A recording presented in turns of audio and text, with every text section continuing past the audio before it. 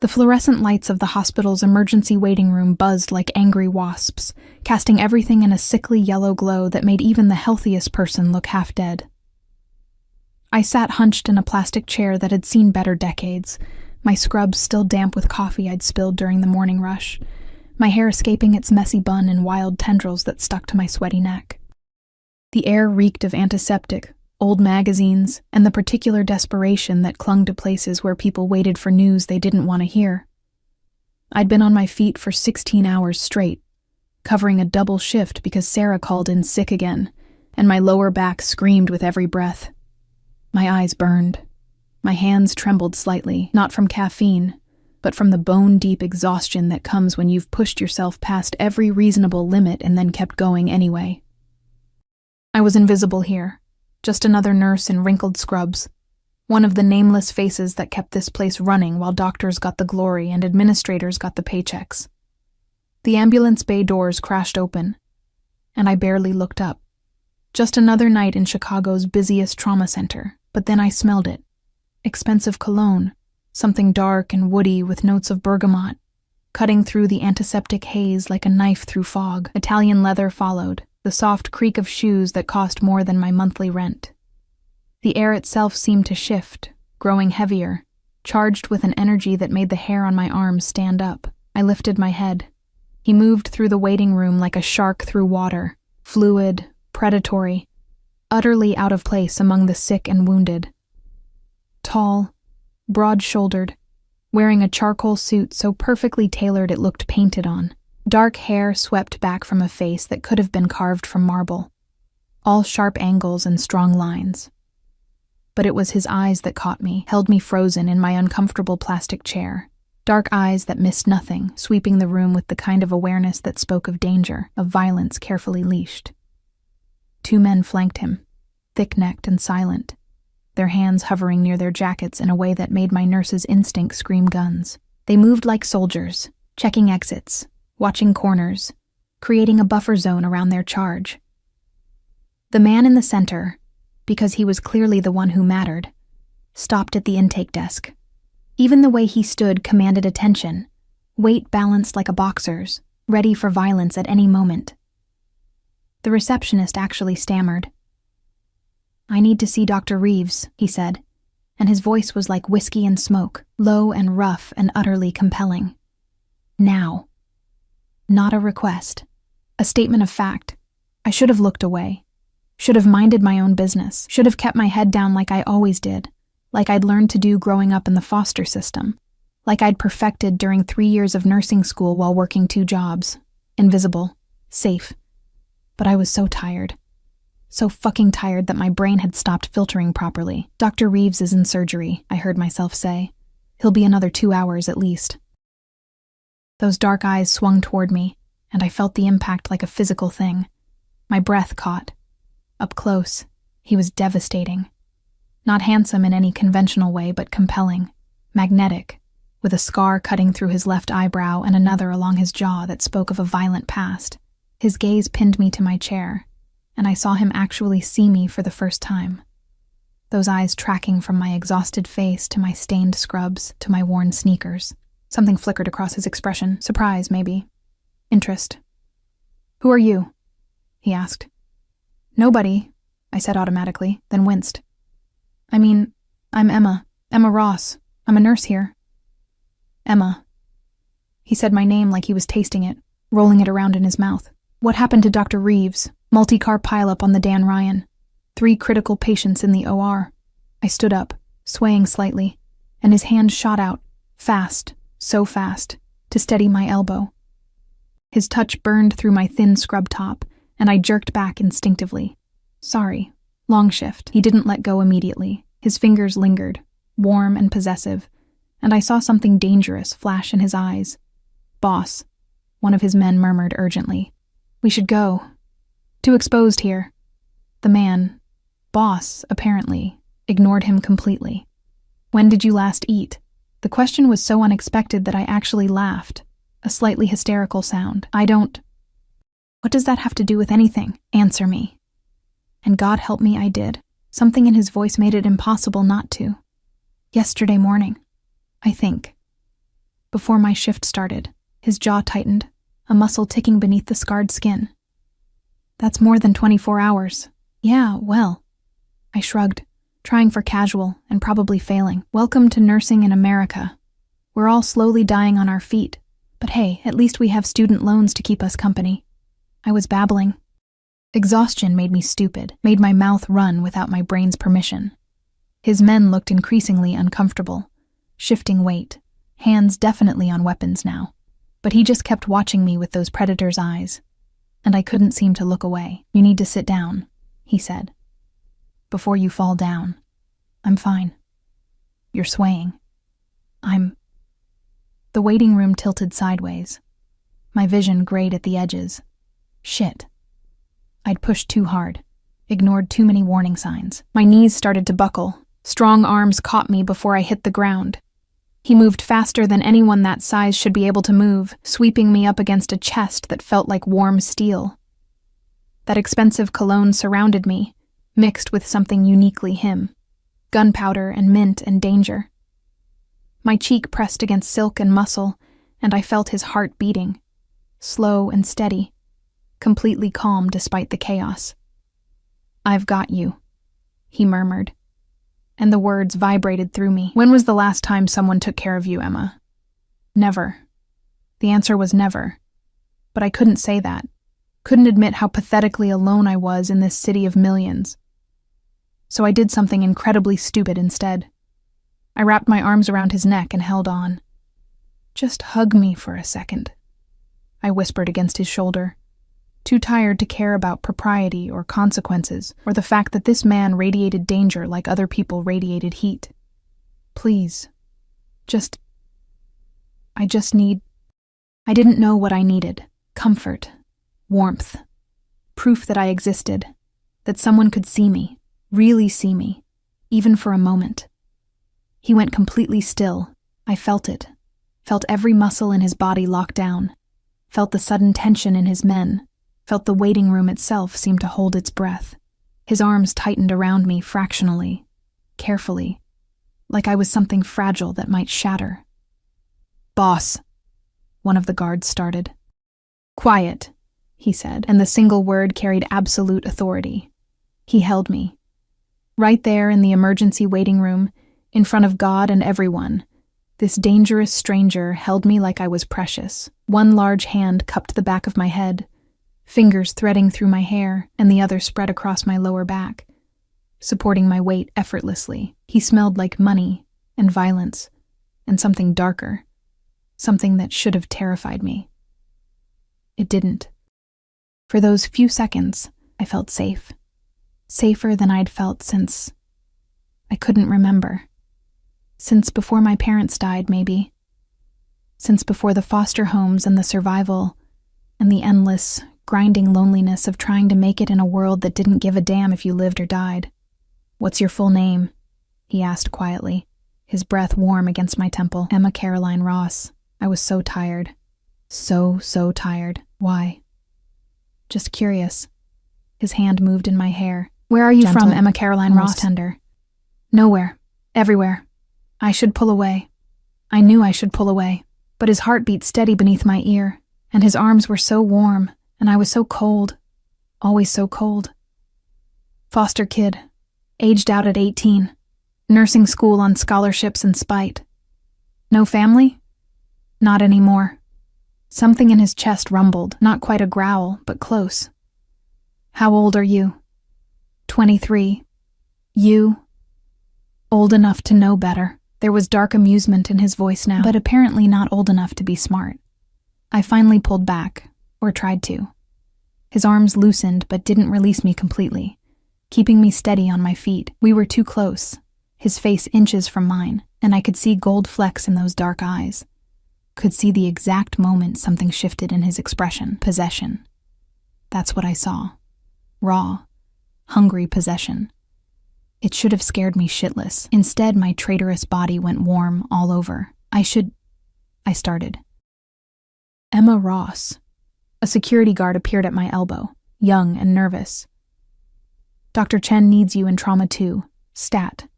Reality crashed back. I stepped away from the stranger, and this time he let me go. though his hands lingered until the last possible second. I smoothed down my scrubs uselessly, aware I looked like hell, aware I'd just hugged a complete stranger in the middle of a hospital, aware that his men were staring at me like I was some kind of exotic creature that had wandered into their territory. "I have to go," I said unnecessarily. "I know." He reached into his jacket. His men tensed, I noticed, until they saw what he was pulling out. A business card, heavy stock, embossed. He pressed it into my palm, his fingers closing over mine. "Call me when your shift ends. I don't even know your name." His smile was sharp and dangerous, and absolutely devastating.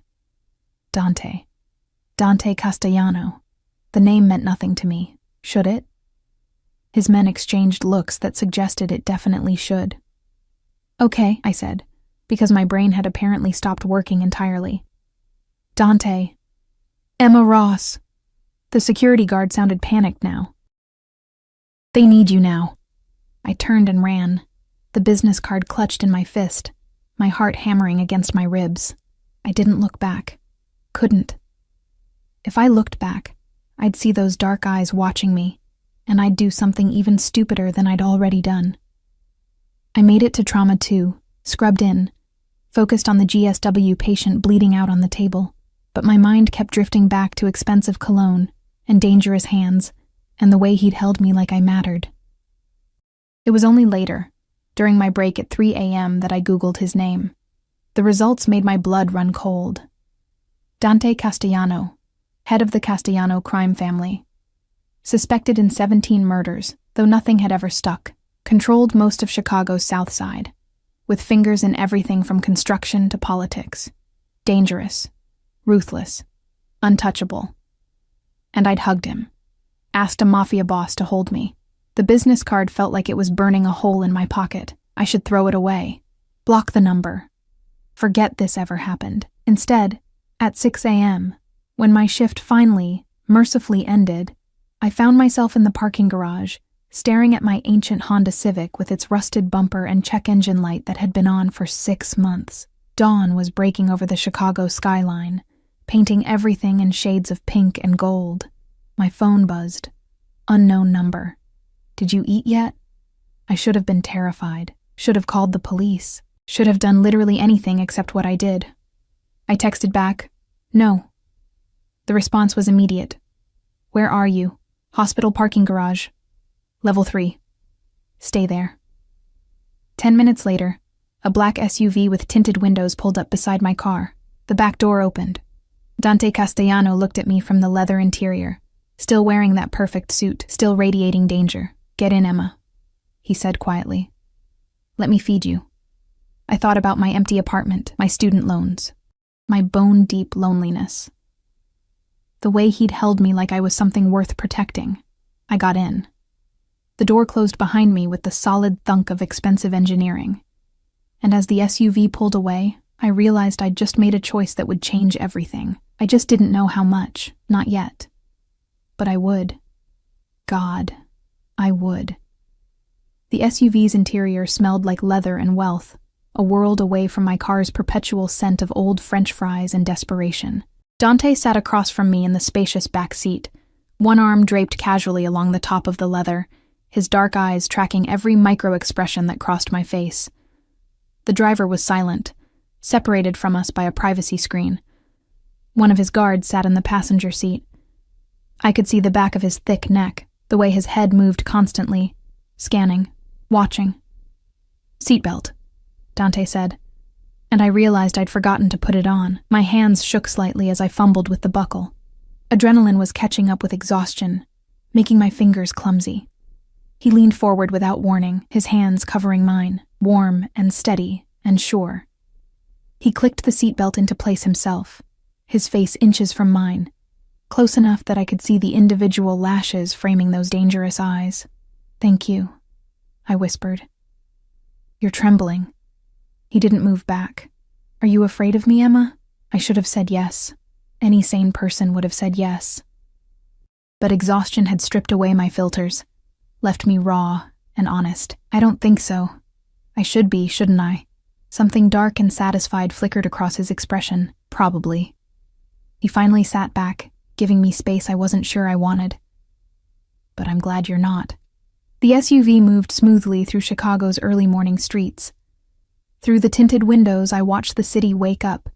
Delivery trucks, early commuters, homeless people huddled in doorways. My city.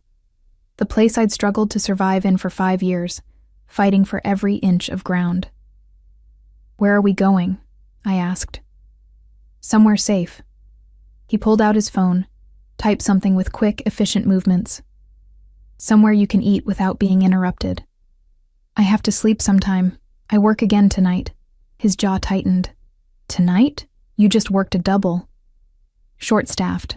I need the money. I didn't know why I was telling him this. Maybe because he'd held me. Maybe because I was too tired to maintain the walls I usually kept up. Student loans don't pay themselves. How much? What? How much do you owe? His voice was casual, but I saw the intensity in his eyes, the way he leaned forward slightly, like my answer mattered. That's personal. Emma. My name in his mouth sounded like a caress and a command all at once. How much? $147,000. The number felt obscene in the luxury of this vehicle. Give or take. The interest keeps growing faster than I can pay it down. I'll probably die still owing money. The muscle in his jaw ticked again. No, you won't. Before I could ask what he meant, the SUV pulled into an underground parking garage. Not public, but private. The kind that required a key card just to enter. We descended 2 levels into a world of concrete and shadows, where expensive cars sat like sleeping predators. The driver pulled into a spot next to an elevator that looked like it required another key card, maybe a retinal scan. Come, Dante said, and the door opened. His guard was there instantly, scanning the parking garage with those alert, dangerous eyes. I climbed out, my sneakers squeaking on the polished concrete. Dante's hand found the small of my back, warm and possessive, guiding me toward the elevator. His touch sent heat racing up my spine, and I hated how much I liked it, how right it felt. The elevator required both a key card and a fingerprint. We rode up in silence, though I felt his eyes on me constantly, that predator's gaze that missed nothing. I caught our reflection in the polished steel doors, him immaculate and powerful, me a mess in stained scrubs with dark circles under my eyes and hair falling out of its bun. We didn't belong in the same universe, let alone the same elevator. The doors opened directly into a penthouse apartment that stole what little breath I had left. Floor-to-ceiling windows overlooked Lake Michigan, the water spreading out endlessly, catching the early morning sun and throwing it back in shades of copper and gold. The space was masculine, expensive, all clean lines and dark leather and art that probably cost more than I'd make in a lifetime. Is this yours? I asked stupidly. One of mine. He guided me deeper into the apartment, past furniture that looked like it belonged in a museum, toward an open kitchen that gleamed with stainless steel and marble. I have several properties. Security reasons. Right. Because he was a crime lord. A mafia boss. A man who probably had people killed before breakfast. I should run. Should scream.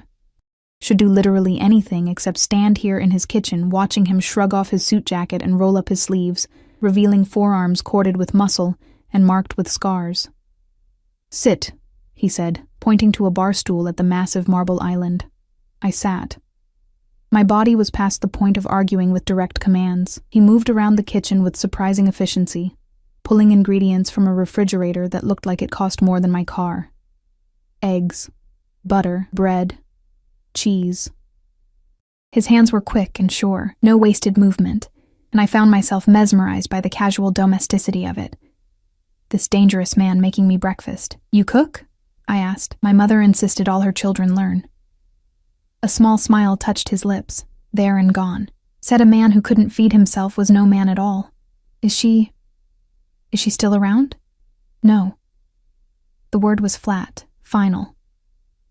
She died when I was 17, cancer. I'm sorry. He cracked eggs into a bowl with one hand, the movement practiced and precise. Don't be. It was a long time ago. His eyes found mine. Tell me about your parents. I should have deflected.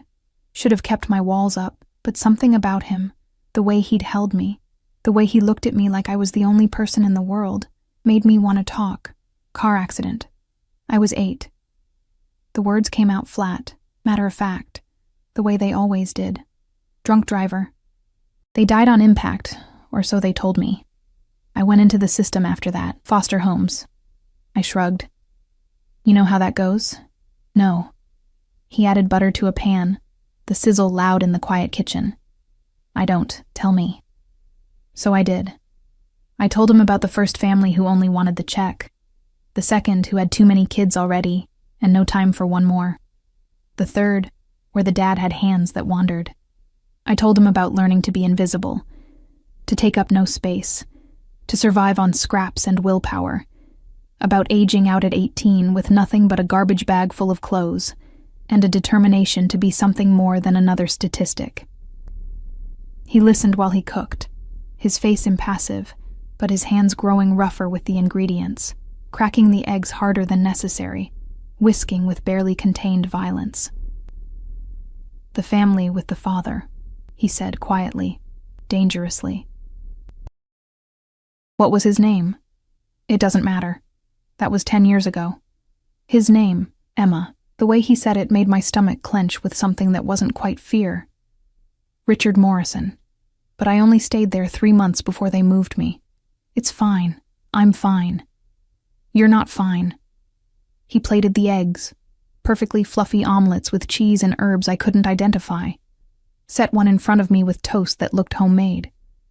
You work yourself to death. You don't eat. You don't sleep. You're alone in a city that will chew you up and spit you out without a second thought. I'm surviving. Surviving isn't living. He sat across from me, his own plate untouched, watching me with those intense dark eyes. Eat. I picked up the fork. The omelet was perfect, melting on my tongue, and I realized I was actually starving. I ate like someone who'd just remembered food existed, shoveling it in without grace or manners. He watched every bite, that possessive look growing stronger. When do you work again? He asked. Tonight, 7 p.m., that gives you 12 hours. He pulled out his phone, typed something. You'll sleep here. I nearly choked on my toast. What? No, I can't. You're dead on your feet, Emma. You'll crash driving home. He said it like it was already decided. There's a bedroom down the hall, clean sheets, blackout curtains. You'll sleep, and when you wake up, we'll talk. Talk about what? Everything. He stood, moved around the island toward me, and my heart kicked into overdrive. He stopped close enough that I had to tilt my head back to meet his eyes. You hugged me last night, asked a stranger to hold you. Do you make a habit of that? No. My voice came out breathy. Never. I don't know why I did that. I do. His hand came up, and I thought he'd touch my face, but he stopped just short, his fingers hovering near my cheek. You recognized something in me. The same thing I recognized in you. What's that? Loneliness. The word hung between us, raw and honest, the kind that doesn't go away no matter how many people surround you, the kind that makes you invisible even in a crowded room. My throat tightened. You're not lonely. You have people, guards, family, probably. I have employees, soldiers, people who fear me or want something from me. His hand finally made contact, his thumb brushing across my cheekbone with devastating gentleness. But lonely? Yes, Emma. I'm fucking lonely. Have been for longer than I care to admit. I couldn't breathe. Couldn't think. His touch was doing things to me, making me want things I had no business wanting from a man like him. I should go, I whispered. No. Not a command this time. A plea. Stay. Sleep. Let me. He paused. Let me take care of you. Something vulnerable flickering across his hard face. Just for today. Every survival instinct I'd honed over 23 years screamed at me to run. This man was dangerous. This situation was insane. I didn't know him. Didn't know what he wanted from me or what price I'd pay for accepting his help. But God, I was so tired of fighting alone. Okay, I heard myself say. Just for today. His smile was small but genuine, transforming his face from dangerous to devastating. Come on, I'll show you the bedroom." He led me down a hallway lined with more expensive art, to a bedroom that was bigger than my entire apartment. The bed was massive, dressed in what looked like Egyptian cotton in shades of charcoal and cream. The blackout curtains he'd mentioned were already drawn, making the room a peaceful cave. "Bathroom's through there." He pointed to a door. "Help yourself to anything you need. I'll be in my office if you need me." He turned to leave, and before I could stop myself, I caught his hand.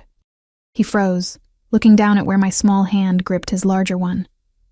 "Thank you," I said quietly. "For all of this, the food, the place to sleep, for seeing me." Something blazed in his eyes, hot and possessive and hungry.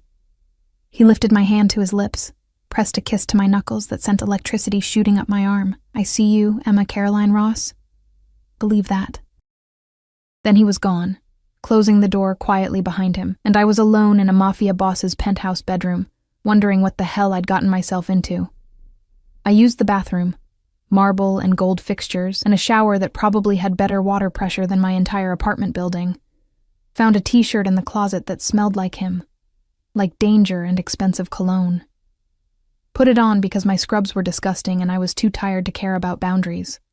I fell into that massive bed and was asleep before my head fully hit the pillow. I dreamed of dark eyes and dangerous hands and the feeling of being held like I mattered. When I woke, everything would be different. I just didn't know how much. Not yet. I woke to shadows and silk, disoriented and aching. For a moment, I didn't know where I was. The bed was too soft, the sheets too expensive, the darkness too complete. Then memory crashed back. The hospital, the hug, Dante Castellano and his dangerous eyes. I grabbed my phone from the nightstand.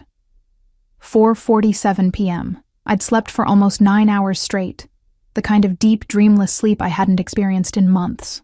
My body felt heavy, reluctant to move, but my shift started in 2 hours, and I needed to get home, shower, change into clean scrubs. The bedroom door was closed, but I could hear sounds from elsewhere in the penthouse. Low voices, the clink of glass, footsteps. I slid out of bed, suddenly hyper-aware that I was wearing nothing but his t-shirt and my underwear, the fabric hanging to mid-thigh. My scrubs were folded neatly on a chair. I didn't remember putting them on. Someone had been in here while I slept. That should have terrified me. Instead, something warm and dangerous uncurled in my stomach. I dressed quickly in my wrinkled scrubs, pulled my hair into a fresh bun, and opened the door. The penthouse's main room had transformed. Where it had been empty this morning, now it held men. 4 of them, all with that same dangerous alertness as Dante's guards. They looked up as I emerged, hands moving instinctively toward weapons before they recognized me. One actually stood, his face carefully blank. "Miss Ross," he said. "Boss is on the terrace." I followed his pointed finger to a glass door I hadn't noticed earlier, leading to an outdoor space. Through it, I could see Dante's silhouette against the darkening sky, phone pressed to his ear, his free hand gripping the railing with white-knuckled intensity. I shouldn't interrupt. Should just leave, sneak out while he was distracted, but I'd never been good at doing what I should. I stepped onto the terrace. The Chicago skyline spread out before me, lights beginning to sparkle as dusk settled over the city.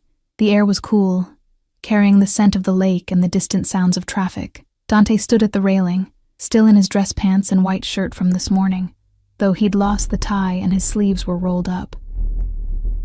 "I don't give a fuck what Marco thinks," he said into the phone, his voice ice cold. "He takes the deal, or I take his territory. Those are his options." A pause, then make him understand. "I want an answer by midnight, or things get messy." He ended the call, slipped the phone into his pocket, and turned. Those dark eyes found me immediately, and I watched his entire demeanor shift, the cold violence bleeding away, replaced by something warmer, hungrier. "You're awake," he said. "I need to get home. My shift starts soon." He moved toward me, predatory and purposeful, and I fought the urge to step back. He stopped close, too close, invading my space in a way that should have felt threatening, but instead felt like coming home. "You slept well?" he asked. "Yes," Thank you. For everything. But I really should. You're not driving. He said it like a fact. Absolute and unchangeable. Marco will take you home, then to the hospital. He'll wait in the parking garage and drive you back here when your shift ends. Back here? Dante, You can't afford your apartment. He said it bluntly, without cruelty. Just stating a fact he clearly already knew. I had someone look into it while you slept. You're 3 months behind on rent. Your landlord filed eviction papers yesterday. The blood drained from my face. You investigated me? I protect what's mine. He said it simply, like it explained everything, and you became mine the moment you put your arms around me and asked me to hold you. I'm not yours. My voice shook. I don't even know you. You know enough. His hand came up, cupping my face with a gentleness that contradicted everything I knew about him. You know I see you. You know I want to take care of you. You know that something happened between us in that hospital, something neither of us was looking for but both of us need. This is insane. Probably.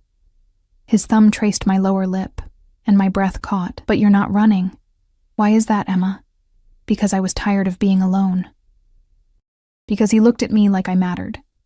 Because for the first time in my adult life, someone wanted to take care of me instead of taking from me. I couldn't say any of that. I have to go to work. I know. He dropped his hand, stepped back, and I immediately mourned the loss of his touch. Marco will drive you. But Emma? His voice dropped, dangerous and possessive. You're coming back here tonight, not to your apartment. Here. That's not negotiable. You can't just... I can.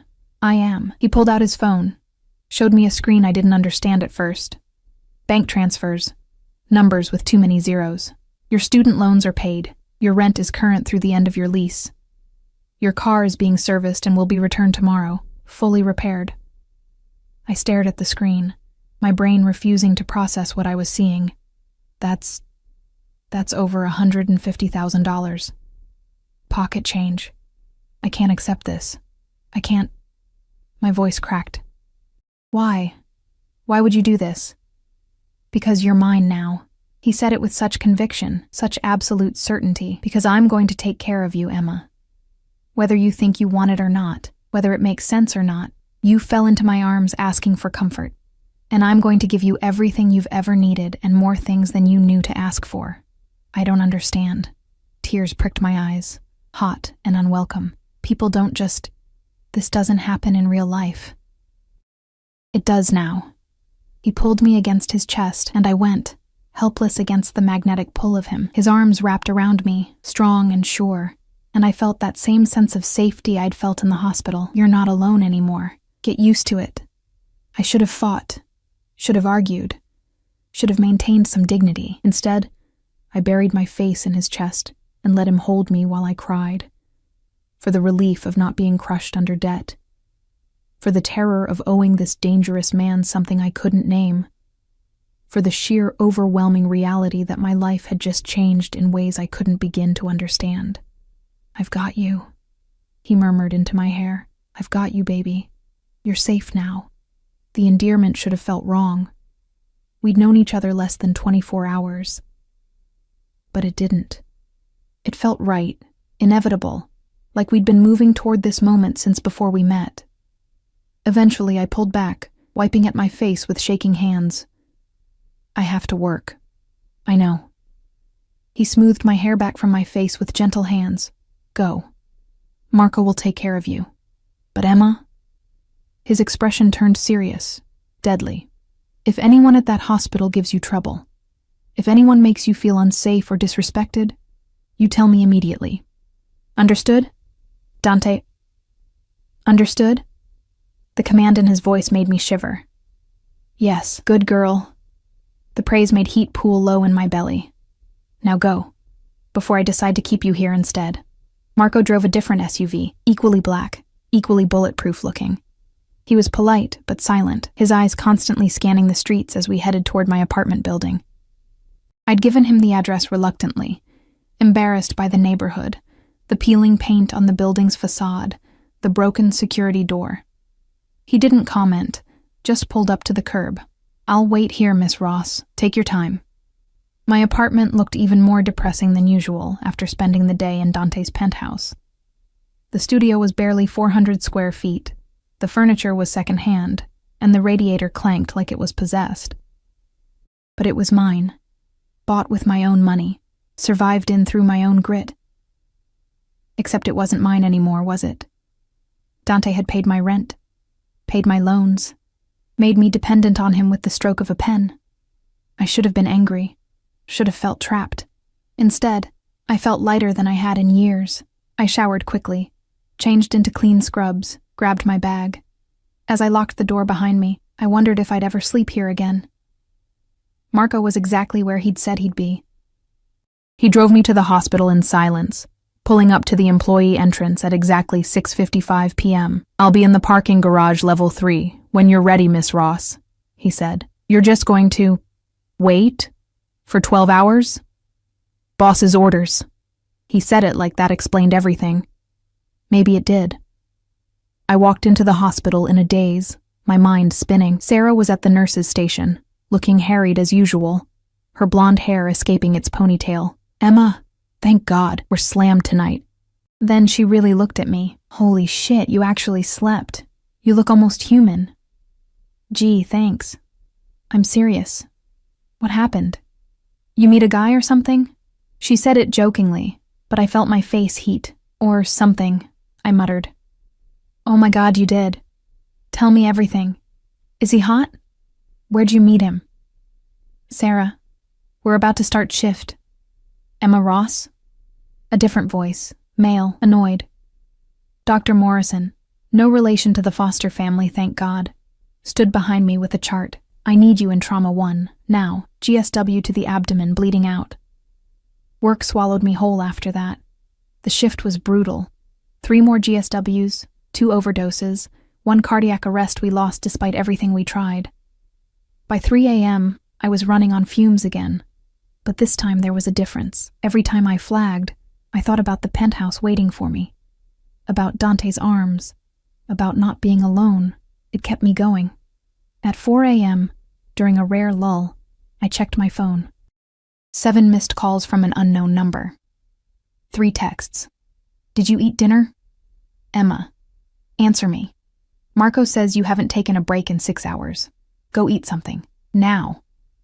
Even through text, I could feel the command in his words. I should have been annoyed. Instead, I smiled. I texted back. "Busy night. I'm fine." The response was immediate. "That's not eating. There's a bag for you at the nurse's station." Marco brought it. I walked to the desk. Sure enough, there was a bag with my name on it. Expensive, insulated, from a restaurant I'd never heard of. Inside was still warm pasta, fresh bread, a salad, and chocolate cake that looked like it cost more than my hourly wage. Sarah whistled low. "Okay, he's definitely a keeper. Nobody sends food like that unless they're serious." I ate in the break room, every bite reminding me that someone was thinking about me, caring about me, making sure I was fed even when I forgot to take care of myself. It was terrifying and wonderful in equal measure. The rest of the shift passed in a blur. By 7 a.m., I was dead on my feet again, but Marco was waiting exactly where he said he'd be. He opened the door for me without a word, and I collapsed into the leather seat. "The penthouse, Miss Ross?" he asked. I should have said no, should have insisted on my apartment, should have maintained some independence. "Yes," I heard myself say. "The penthouse." His slight smile suggested he'd expected nothing else. When we arrived, the sun was rising again, painting the lake in shades of rose and gold. Marco escorted me up in the elevator. Using his own keycard, I noticed. How many people had access to Dante's private spaces? The elevator doors opened directly into the penthouse. Dante was waiting. He stood by those massive windows, silhouetted against the rising sun, wearing different clothes than yesterday. Dark jeans and a black Henley that clung to his powerful frame. He'd been awake all night, I could tell. There was a tension in his shoulders, an edge to the way he held himself that spoke of violence barely leashed. When he turned and saw me, everything about him changed. The tension bled away. His expression softened. He crossed the space between us in 3 long strides and pulled me into his arms without preamble, without asking permission. I went willingly, my body already learning his shape, already craving his warmth. "You're okay," he murmured into my hair. It wasn't a question. "I'm fine. Just tired." "You ate what I sent?" "Yes." I pulled back to look at him. "Thank you." "You didn't have to do that. I take care of what's mine." He said it matter-of-factly, like it was the most natural thing in the world. His hand came up to cup my face, his thumb tracing the dark circles under my eyes. "You're exhausted. Come on." He led me to the bedroom, the same one I'd slept in yesterday. But now it felt different, more intentional, like this was becoming our space rather than just a guest room.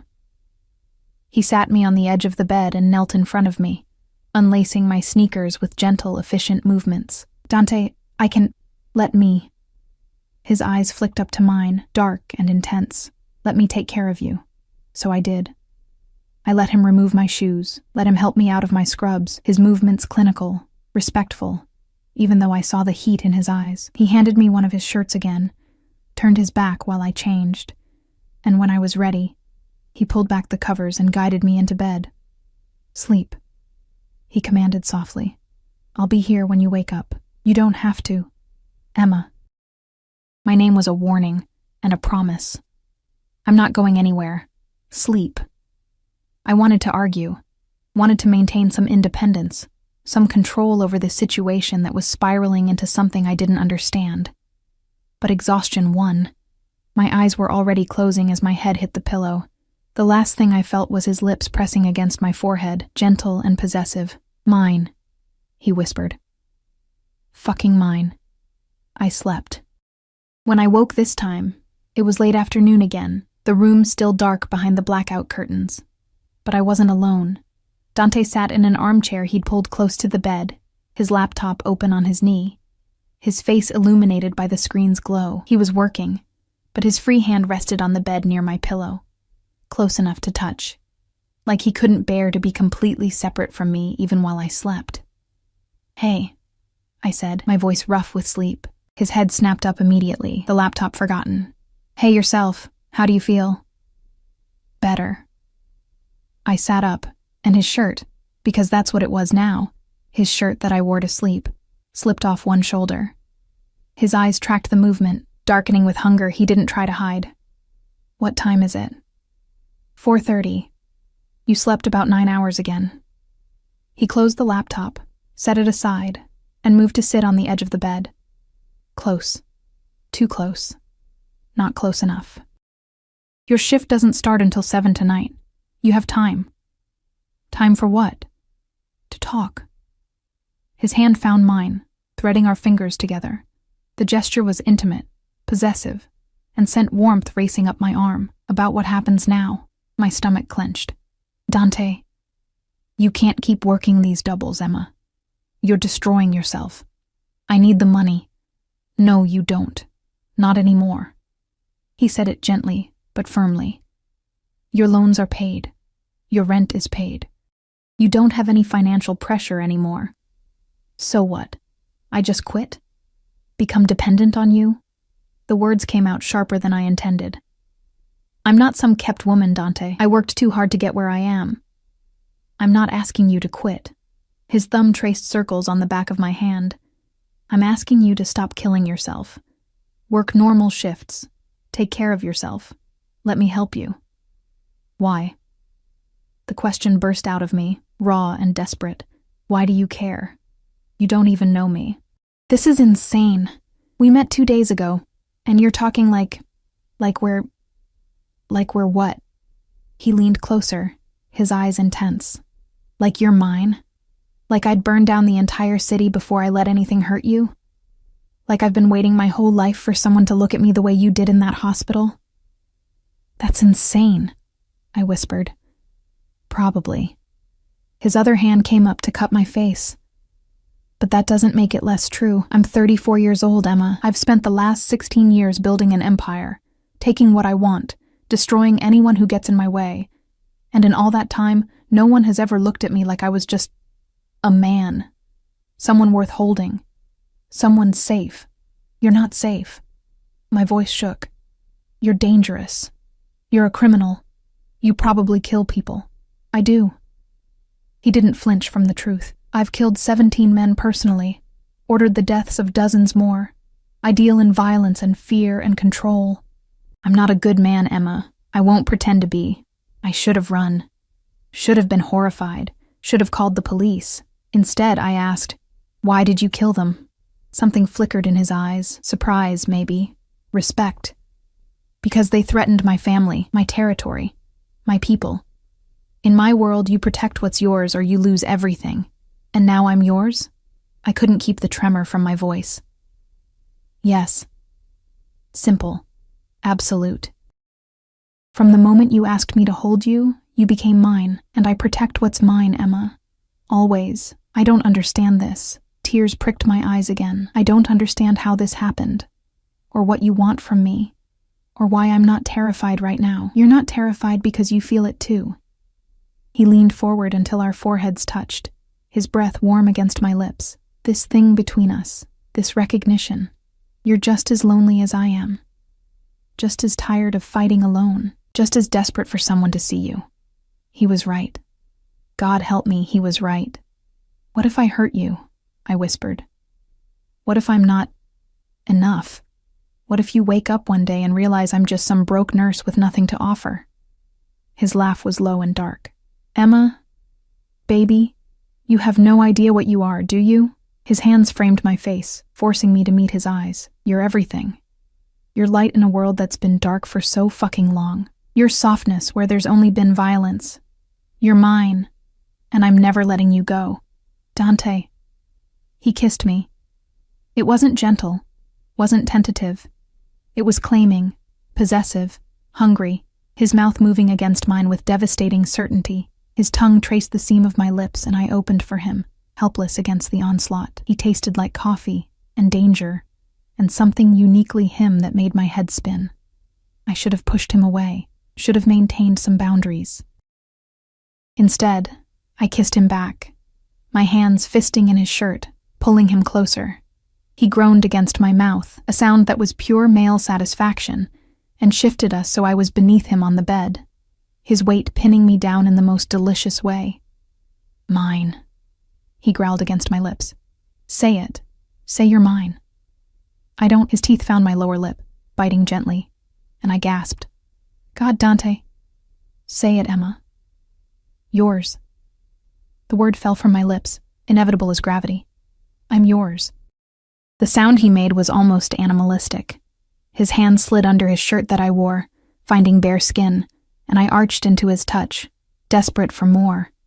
More contact, more heat, more of everything. His phone rang. He ignored it, his mouth moving to my neck, teeth scraping against sensitive skin in a way that made me whimper. It rang again. Dante, I gasped. Your phone, don't care. His hand cupped my breast through the thin fabric of my bra, thumb finding my nipple, and I nearly came apart right then. The phone rang a third time. With a vicious curse, he pulled away, grabbing the device from the nightstand. This better be fucking important, he snarled into it. I lay there beneath him, breathing hard, my body on fire, watching his expression change from frustrated to furious. When? A pause. How many? Another pause, longer this time. I'll be there in 20 minutes. Have everyone ready? He ended the call and looked down at me with such regret, such fury, that my stomach clenched. What's wrong? I asked. Nothing you need to worry about. He climbed off me, and I immediately felt the loss. Business. Something that needs my attention. Dangerous business? My voice was small. He paused, looking at me with those dark, intense eyes.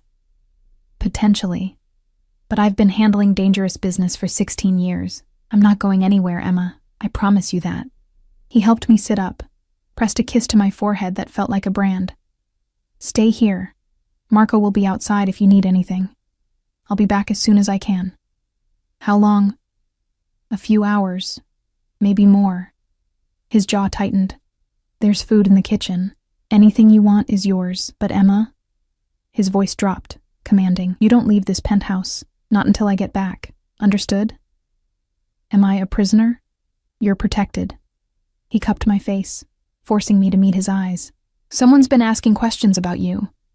Someone connected to my world. Until I know who and why, you stay here where you're safe. Fear spiked through me. What kind of questions? Nothing for you to worry about. I'm handling it. He kissed me again, hard and possessive. Stay here. Be safe. I'll be back before your shift starts. Then he was gone, the door closing behind him with a quiet click that sounded like a cell door locking.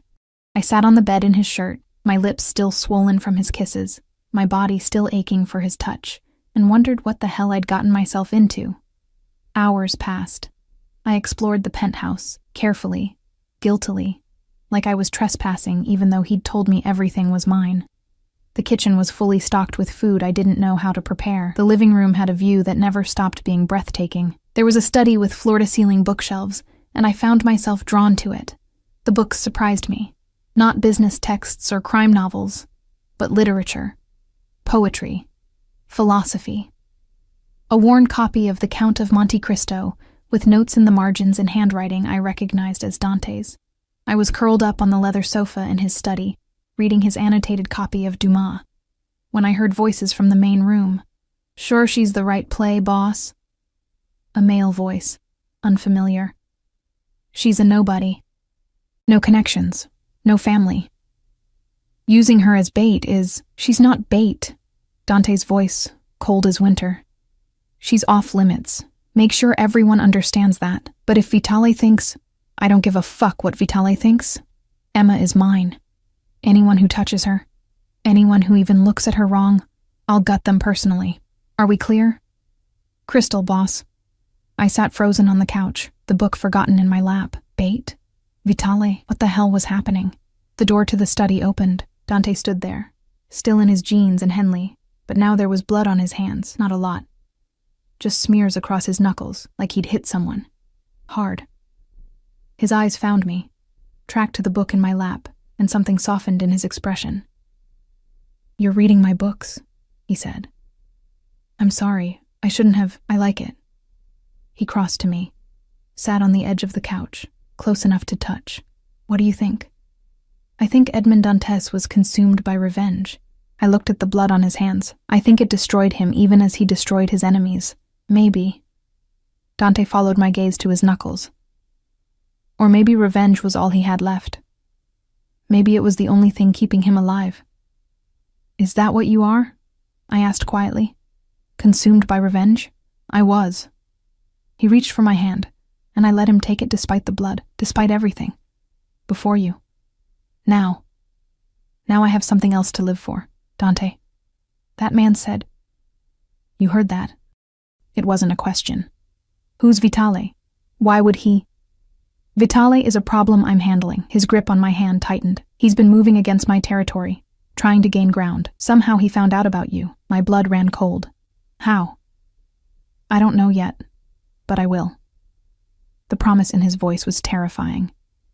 And when I do, I'll make sure it never happens again. Maybe I should leave. Go back to my apartment, if being with me is putting you in danger. No. The word was absolute. You're not leaving. You're staying right here where I can protect you. I'm not some damsel who needs— Yes, you are. He pulled me into his lap, and I went, because fighting felt pointless. His arms wrapped around me, strong and sure. You're mine to protect, Emma. Get used to it. This is crazy. I know. He pressed his face into my neck, breathing me in. But it's too late now. You're in this. You're in me. And I'm not letting go. I should have fought.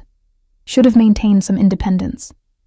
Instead, I wrapped my arms around his neck and held him back. Just as tight. Just as desperate. We stayed like that until it was time for my shift, wrapped around each other in his study, the Chicago skyline glittering outside the windows, the world closing in around us whether we wanted it to or not. Marco drove me to the hospital again. But this time there was a second SUV following us. More guards. More protection. The weight of Dante's world was closing around me like a fist, and I didn't know whether to feel safe or trapped. Maybe both. The shift was quieter than the previous 2 nights. a blessing I wasn't sure I deserved. Between patients, I found my mind wandering to Dante, to the blood on his hands, to the way he'd held me in his study like I was the only thing keeping him human, to the danger I'd apparently brought into his life just by existing. At 2 a.m., Sarah cornered me in the break room. "Okay, spill. Who is he?" "What?" "The guy. The one who's had you glowing for the past 3 days despite working yourself to death." She grinned. "Come on, Emma. I've known you for 2 years. You've never looked like this." "Like what?" "Like someone's actually taking care of you for once." Her expression softened. "It's good to see. You deserve it." Did I? I wasn't sure anymore. My phone buzzed. A text from Dante. "How's your night?" I smiled despite myself, typing back. Quiet. Boring, actually. Good. Boring is safe. I like safe when it comes to you. "How's your night?"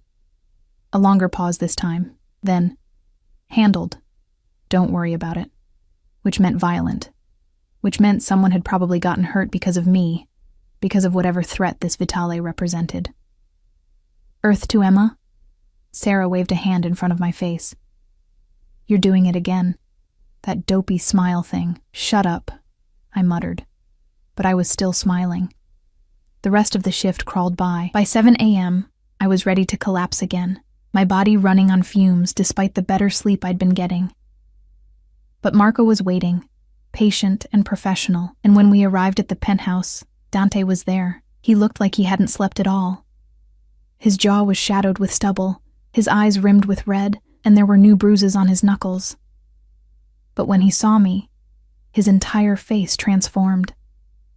"Come here," he said, and I went, helpless against the gravity of him. He pulled me into his arms and just held me, breathing me in like I was oxygen and he'd been drowning. I felt the tension in his body, the barely leashed violence, and I pressed closer instead of pulling away. "Bad night?" I whispered against his chest. "Better now." His lips found my hair. "Much better now." He carried me to the bedroom, actually carried me, lifting me like I weighed nothing, and this time when he helped me out of my scrubs, there was nothing clinical about it. His hands lingered. His eyes tracked every inch of exposed skin. The hunger in his gaze made my breath catch. "Dante, I know. You need to sleep." He pulled one of his shirts over my head, his knuckles brushing against my skin and sending sparks racing through me. "But after you sleep, we need to talk." "About what?" "About the fact that you're not going back to that hospital." I stiffened. "What?" "It's not safe anymore. Vitale knows where you work. He could get to you there and I can't." His voice cracked slightly. "I can't protect you there, Emma. Not the way I need to." "So what? I just quit? Give up everything I've worked for?" "No." He guided me to the bed, pulled the covers over me. "You take a leave of absence. A few weeks, maybe a month. Just until the situation with Vitale is resolved. And then what? Then you go back, or you don't. Or you find something else. Whatever you want." He sat on the edge of the bed, his hand finding mine. "But right now, today, I need you safe. Please, Emma. Don't fight me on this. I should have fought.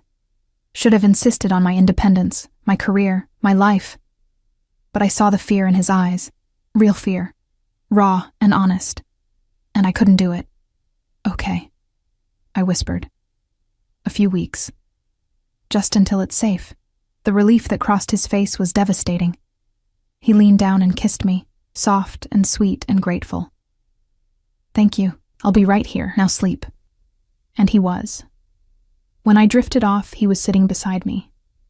When I woke hours later, he was still there. His laptop open, but his eyes on me, always on me, like I was the most important thing in his world. The days blurred together after that. I called the hospital and took a medical leave. Not hard to arrange given how many hours I'd been working. Dante's world swallowed me whole. I learned the rhythms of his life, the dangerous dance of power and violence that governed his days. Men came and went from the penthouse. Meetings happened behind closed doors. Phone calls were made in Italian, rapid fire and harsh, and through it all, Dante kept me close, protected, cherished. He taught me to cook. Real Italian food, the recipes his mother had taught him. We spent evenings in the kitchen, his hands guiding mine, his body pressed against my back, his voice low in my ear as he explained the proper way to make fresh pasta. He took me shopping, insisted on buying me clothes that actually fit, that made me feel beautiful instead of invisible. He hated when I protested the expense, would kiss me silent, and tell me that taking care of me was his privilege, not my burden. He made love to me for the first time a week after I moved in, slow and careful and devastating, his hands worshipping every inch of my skin, his voice whispering promises in Italian that I didn't understand but felt in my bones. And after, when I lay wrapped in his arms, safe and sated and utterly claimed, he told me he loved me. It should have been too soon, should have felt like obsession or possession or something unhealthy. Instead, it felt like coming home. "I love you too," I whispered back, and felt him smile against my hair. But danger still lurked at the edges of our bubble. Vitale was still out there, still a threat, and I could see the tension in Dante's shoulders whenever his phone rang. The way his men looked at me with a mixture of respect and concern. I was the boss's weakness, his vulnerability, his one soft spot in a world that punished softness. It came to a head 2 weeks after I'd stopped working. I woke to find Dante's side of the bed empty, voices raised in the living room. I pulled on one of his shirts and padded out barefoot, following the sound of argument. "Can't keep her locked up here forever, boss.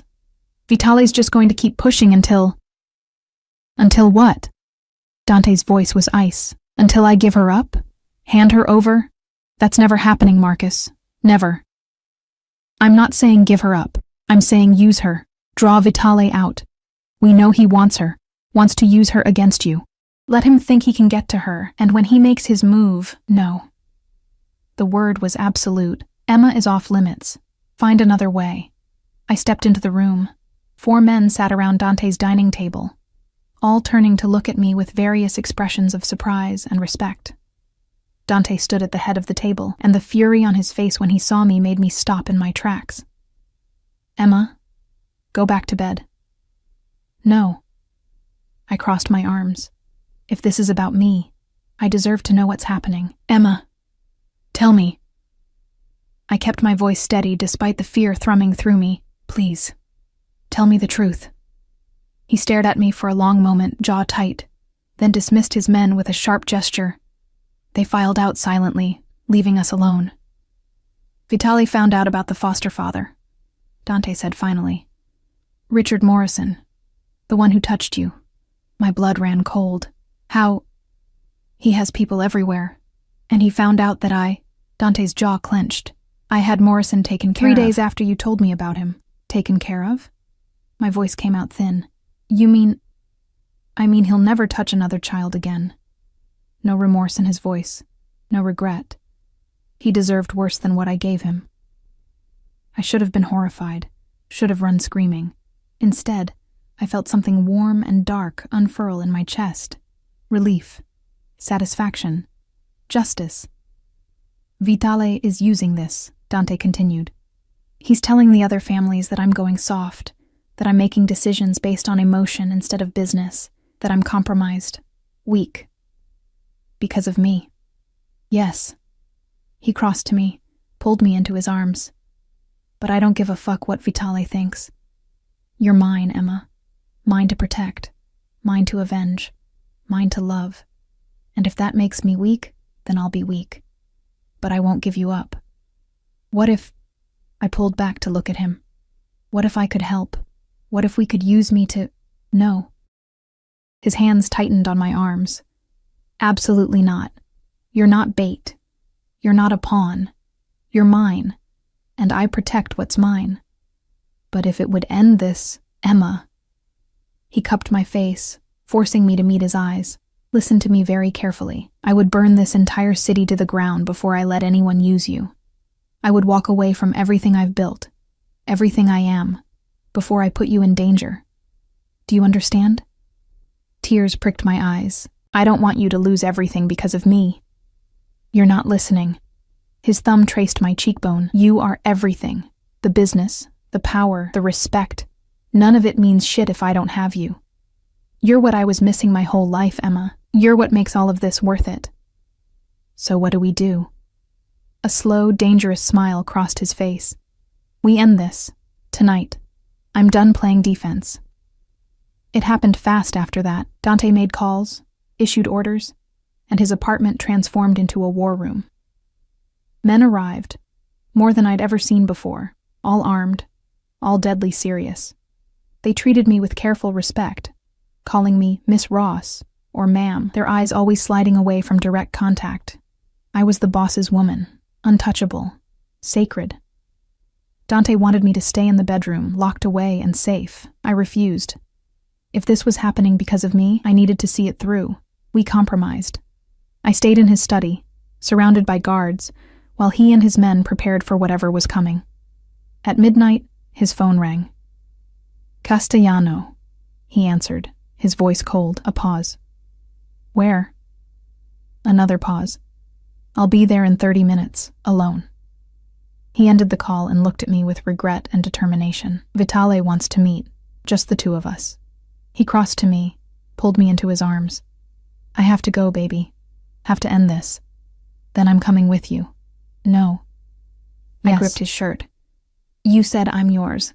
That means you're mine too, and I'm not letting you walk into danger alone. Emma, this is different. This is your world. I know. I stood on my toes and kissed him, but I'm part of your world now, for better or worse. So either we do this together, or we don't do it at all. The conflict on his face was painful to watch. Finally, he nodded, together. But you stay in the car. You stay safe. That's not negotiable. Okay.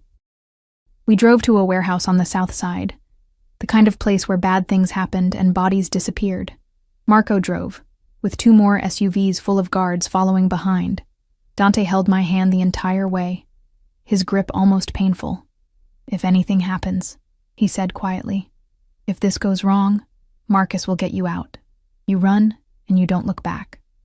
Promise me. Dante, promise me, Emma. I promise. We pulled up to the warehouse. It was surrounded by Vitale's men, at least a dozen that I could see, probably more inside. Dante's men fanned out, creating a perimeter, hands on weapons. Stay here, Dante ordered, then kissed me hard and desperate. I love you. I love you too. I gripped his hand. Come back to me. Always. He stepped out of the SUV and walked into the warehouse alone. The longest 15 minutes of my life crawled by. I sat in the car, surrounded by guards, watching the warehouse and praying to a god I wasn't sure I believed in. Then gunfire erupted. The world exploded into chaos. Dante's men rushed the warehouse. More of Vitale's guards appeared from the shadows. The air filled with the sound of bullets and shouting and screaming. Marcus yanked open my door. We have to go, Miss Ross. Now. No. Dante's still in there. Boss's orders. I have to get you. An explosion rocked the warehouse, flames erupting from the windows. My heart stopped. Dante! I screamed, fighting against Marcus's grip. And then, through the smoke and fire, I saw him. Dante emerged from the warehouse, his shirt torn and bloody, dragging an unconscious Vitale by the collar. His men surrounded him immediately, providing cover, and he kept walking toward the SUV with single-minded determination. He threw Vitale to the ground at his men's feet. Take care of him, he ordered. Then his eyes found mine. Relief crashed through me so hard I nearly collapsed. He crossed to the SUV in 3 strides and pulled me out, into his arms, holding me so tight I could barely breathe. You're okay, I sobbed against his chest. God, Dante, you're okay. I told you I'd come back. His voice was rough, shaken. I'll always come back to you, Emma. Always. Behind him, his men were securing Vitale, hauling him away. The warehouse burned. Sirens wailed in the distance, and I held the man I loved, the dangerous, violent, beautiful man who'd given me everything, and I didn't care about any of it. Take me home, I whispered. Yeah, baby. He kissed my hair, my face, my lips. Let's go home. 3 months later, I woke to sunlight streaming through windows, the smell of coffee, and the sound of Dante singing softly in Italian in the kitchen. I stretched in our bed. Our bed, because I'd officially moved in 6 weeks ago, had given up my apartment and made this penthouse my home. Our home. I found him at the stove, making breakfast in nothing but sleep pants, his muscled back on full display. He turned when he heard me, that devastating smile crossing his face. "Morning, beautiful. Morning." I wrapped my arms around him from behind, pressing my face against his warm skin. "What are you making?" "Your favorite. French toast with strawberries." He turned in my arms, kissed me slow and deep. "I have a surprise for you." "Another one?" "Dante, you just bought me a car." "Not that kind of surprise." He led me to the dining table where an envelope sat. "Open it." Inside was a letter from Rush University Medical Center, one of Chicago's best hospitals. An offer letter. Director of Emergency Nursing. 6-figure salary. Full benefits. I stared at it, my eyes filling with tears. "You've been restless," Dante said softly. "I know you miss nursing, miss helping people. This way you can go back, but in a position where you have control, where you're protected, where you can make a real difference. How did you—" "I know people." His smile was small. "I may have made some calls, convinced them you were perfect for the position. Which you are." I threw my arms around his neck and kissed him until we were both breathless. "Thank you," I whispered, "for seeing me, for knowing what I need, for everything. You gave me everything first." His hand slid down to rest on my hips. "You gave me a reason to be more than just the violence, more than just the business. You made me want to be better. You are better. You always were." I cupped his face, this dangerous, beautiful man who'd saved me as much as I'd saved him. "I love you. I love you too." He kissed me again, soft and sweet. More than anything in this world. Outside, Chicago sprawled in the morning light. Somewhere, Dante's men were handling business, maintaining the empire he'd built. Somewhere the world was still dangerous and violent and hard. But here, in our penthouse, in our home, wrapped in each other's arms, we were safe. We were loved. We were home. And that was worth everything.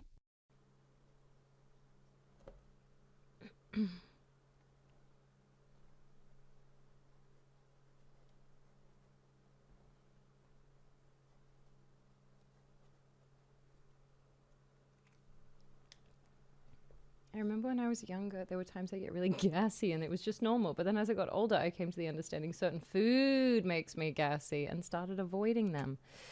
You figured out what it is. Yeah, I feel like when you're younger, you're like, wow, it just happens, right? That just happens to me.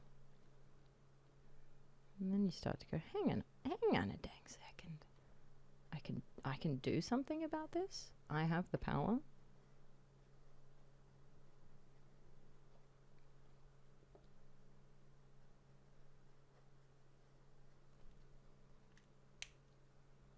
You thought it was normal. Yeah, which, I mean, it, can be to a certain extent, right? It's not all bad.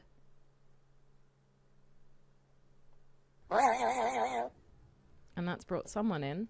Beans!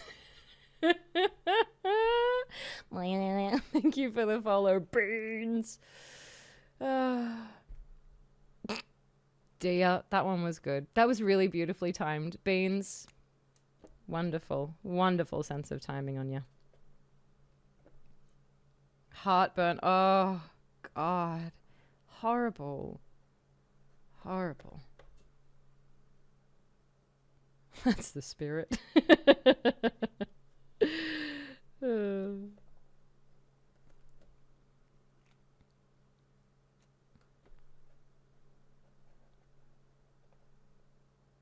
You guys, dare I say, this is looking nice. This is actually looking quite nice. Dare I say, you guys. Dare I say, you guys.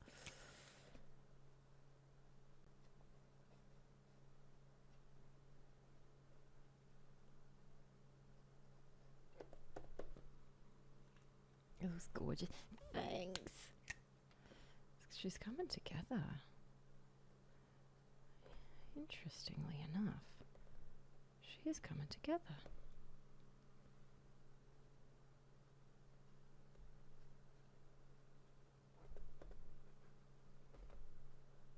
These little fuckers go all right, huh? Global warming gas. I wish I knew how to color calibrate a monitor to see it better. What do you mean? What's going on with your monitor?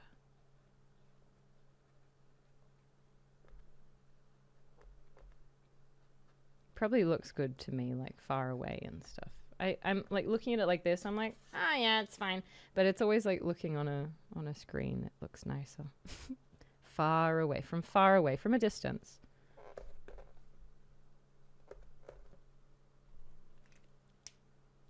Thank you, Mel.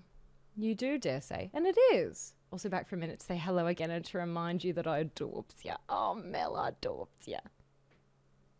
It's been a nice day. Yeah. Just working.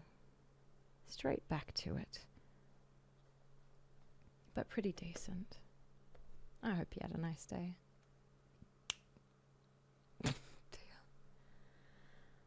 Dear.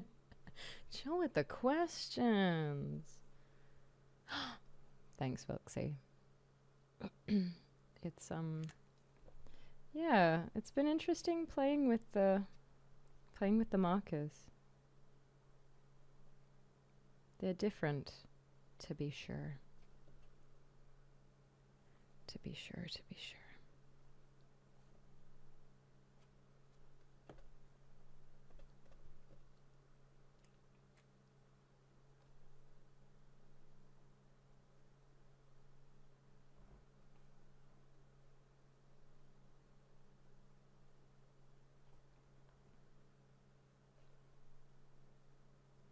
Adding in a little depth, a little dimension in this zone.